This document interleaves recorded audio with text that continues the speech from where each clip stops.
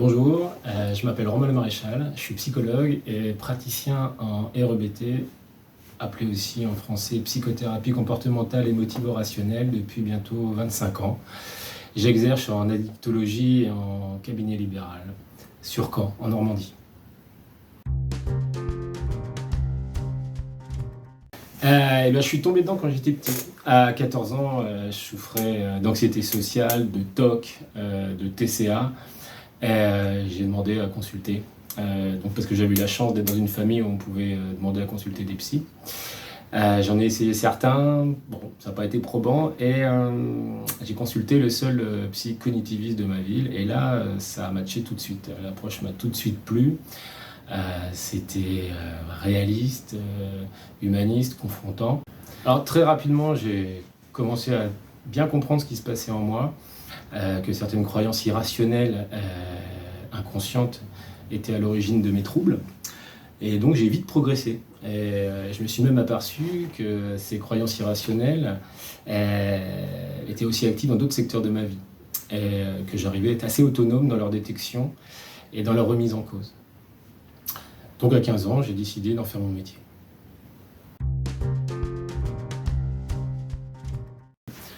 La REBT met l'accent sur la manière dont nos pensées influencent nos émotions et nos comportements. Elle se concentre plus particulièrement sur l'identification et la remise en cause de nos croyances irrationnelles.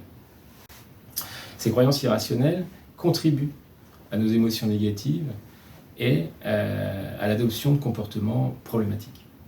Dans ma pratique, j'utilise la REBT pour aider mes patients à développer des croyances plus rationnelles et donc adaptatives, ce qui va les aider à mieux gérer leurs émotions et à améliorer leur bien-être psychologique.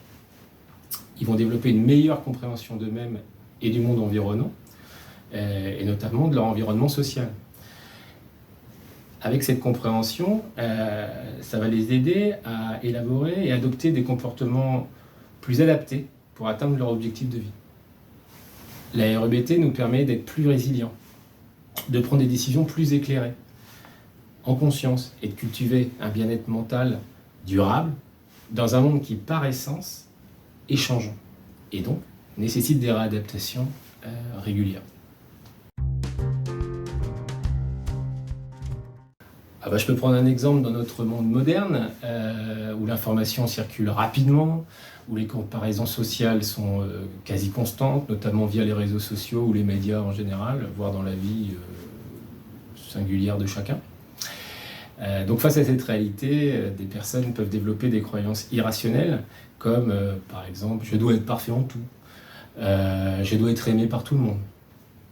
Donc ces pensées-là vont amplifier le stress, l'anxiété, l'autodépréciation de la personne et orienter son comportement dans toujours plus de recherche de perfection et toujours plus de recherche de validation sociale. Et donc toujours plus de souffrance. Donc l'estime de soi de la personne est littéralement indexée, dépendante de sa performance ou de l'approbation d'autrui. Donc avec la REBT, nous allons aider les patients à détecter, reconnaître ces croyances irrationnelles et ensuite à les remettre en question. C'est ce qu'on appelle la dispute dans notre jargon. On se questionne à deux avec le patient autour et sur la croyance. On la met à l'épreuve de la réalité. Par exemple, on peut se poser la question, en quoi la perfection garantit-elle l'amour et l'approbation d'autrui ? On peut vouloir être parfait, mais est-ce humainement possible ? Voilà. Donc dans la réalité, ça ne se vérifie jamais. Et pourtant, la personne constate qu'elle y croit très fort, qu'elle l'exige même. Alors sur ce point précis, la REBT va mettre l'accent sur, par exemple, sur l'acceptation inconditionnelle de soi, en tant qu'humain faillible et intrinsèquement imparfait. C'est apprendre à s'apprécier sans condition, quels que soient ses défauts, ses erreurs, ses imperfections. Ça ne veut pas dire ne plus chercher à s'améliorer, mais plutôt adopter une attitude bienveillante envers soi-même. Développer sa capacité à s'aimer, à se valoriser pour ce que l'on est, sans dépendre de la validation ou de l'approbation d'autrui. Donc cette étape de dispute permet de remettre en cause les croyances irrationnelles et permet de développer des croyances plus rationnelles, donc plus adaptatives, plus réalistes, que ce soit sur soi, sur les autres, sur le monde, la vie. Et donc, de mieux faire face aux pressions, en ayant des émotions plus saines, plus fonctionnelles, et des comportements plus bénéfiques et profitables, toujours dans l'atteinte de ces objectifs de vie.